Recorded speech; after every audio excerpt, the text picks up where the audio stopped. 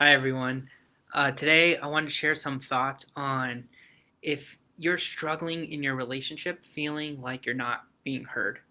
And if that speaks to you and what you're going through, then you already know how hard that can be.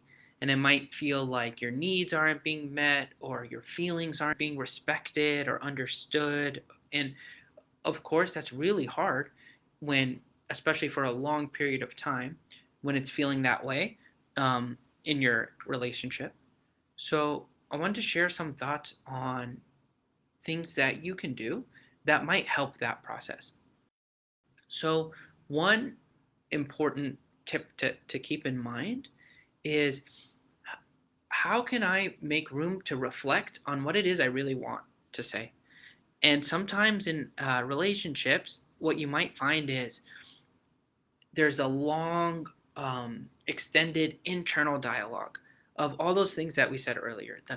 My needs not being met, my feelings not being heard, and there's an example, but I don't say anything about it. It's happening again, and then there will be one moment where all of that comes flooding out, and in a certain situation, like um, choosing what we want for dinner or something that might seem small, but all of those feelings come pouring out there.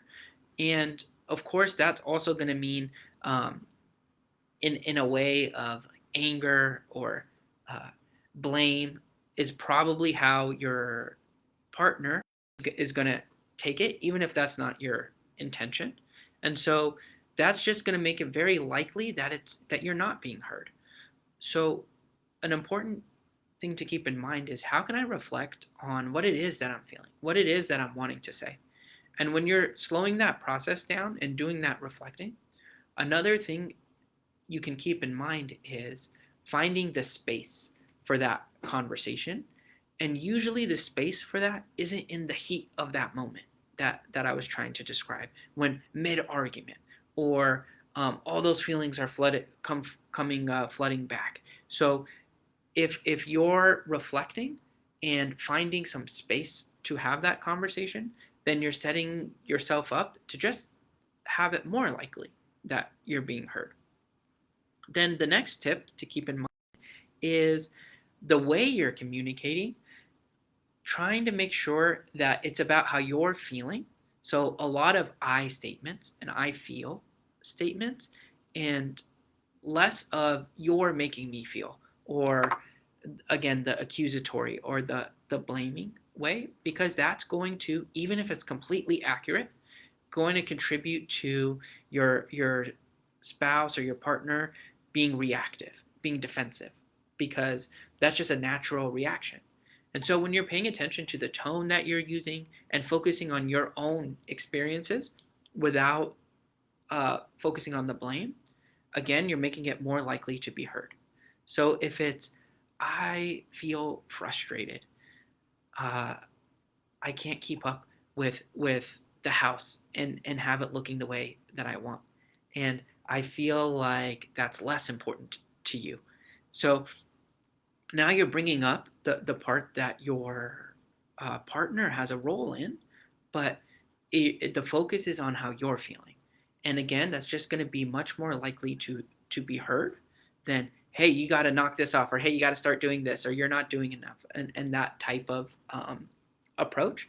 That's much more likely to lead to defensiveness.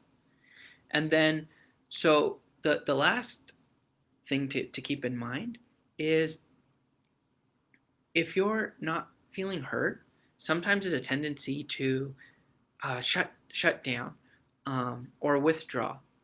And part of what's going to help too is there being room for other connection other than those tough arguments or tough conversations, even, or um, the not so good stuff.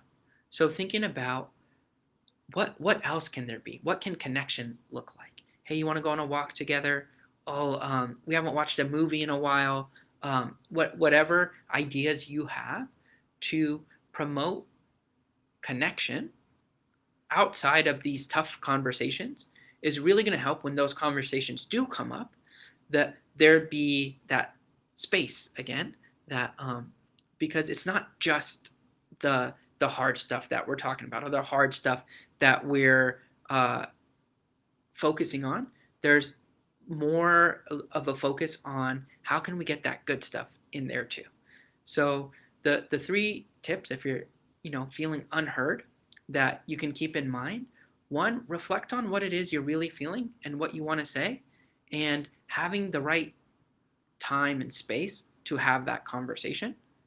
And so part of that's going to be paying attention to the tone you're using and using those I feel statements. And then the last part is paying attention to what else can we be focused on that's going to be nice for both of us. What are those moments that we can kind of prioritize that might be a little bit lacking in our relationship? And that's also going to help for those tougher conversations. So I hope you found that helpful. I'd love to hear any questions and comments. And I'm Dr. Daniel from Simi Psychological Group. Thank you for listening.